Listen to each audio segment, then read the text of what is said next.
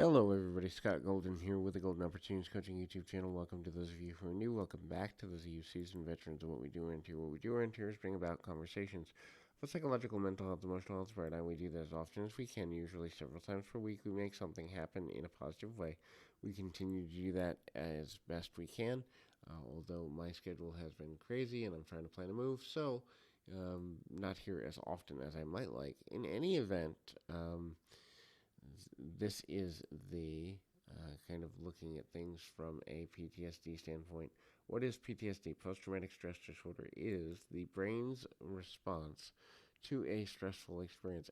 PTSD can affect various people in numerous ways, and so you're not going to have the same two people dealing with PTSD in the same way, but there are some markers. The first, and kind of looking through that, if you're looking to work through PTSD, coaching can be a great way to do that. Obviously, working with a mental health professional is you know ultimately a good thing as well. And so, the first thing is rapid fire emotions. Now, these rapid fire emotions are just exactly that. They're emotional context and emotional core that go through things extremely quickly. Now, that's neither positive nor negative entirely. However, when a person is rapid firing through a great deal of emotions, it can be extremely difficult to connect with that individual from a positive perspective in an overall way. And so that becomes problematic because their emotions are never stable, and they often veer towards being negative or overwhelmed or all of that general stuff. When we begin to understand the value of knowing that emotional stability is one of the most important things a person can have, we begin to notice too that also people who struggle with PTSD in general tend to have emotional instability more so, more rapidly, more consistently than other individuals. This is because the trauma can make a person unstable, both mentally, emotionally, spiritually, physically, and that trauma then makes them doubt their own ability to be okay, to balance out okay, and ultimately lead things in a positive direction here. So that becomes kind of a little challenging, especially when a person doesn't know their emotional triggers or finds it extremely difficult to identify or speak on, speak through, speak about their emotional triggers. Now, it doesn't necessarily mean that a person is negative or bad if they don't know how to do this, but it does make life more difficult in a number of ways there. The next thing there is kind of looking at things from the negative vent, the vent that nothing is ever going to be better, or that when you begin to get a lot of challenges on a continual basis, it becomes super challenging for a number of reasons on a continual level, and so that level of connectivity and continualness ultimately then becomes um, related to kind of reliving, repeating, re-identifying the same things over and over again, which ultimately leads to a number of challenges, and a lot of people don't necessarily want to know or want to deal with that on a continual level, on a continual basis.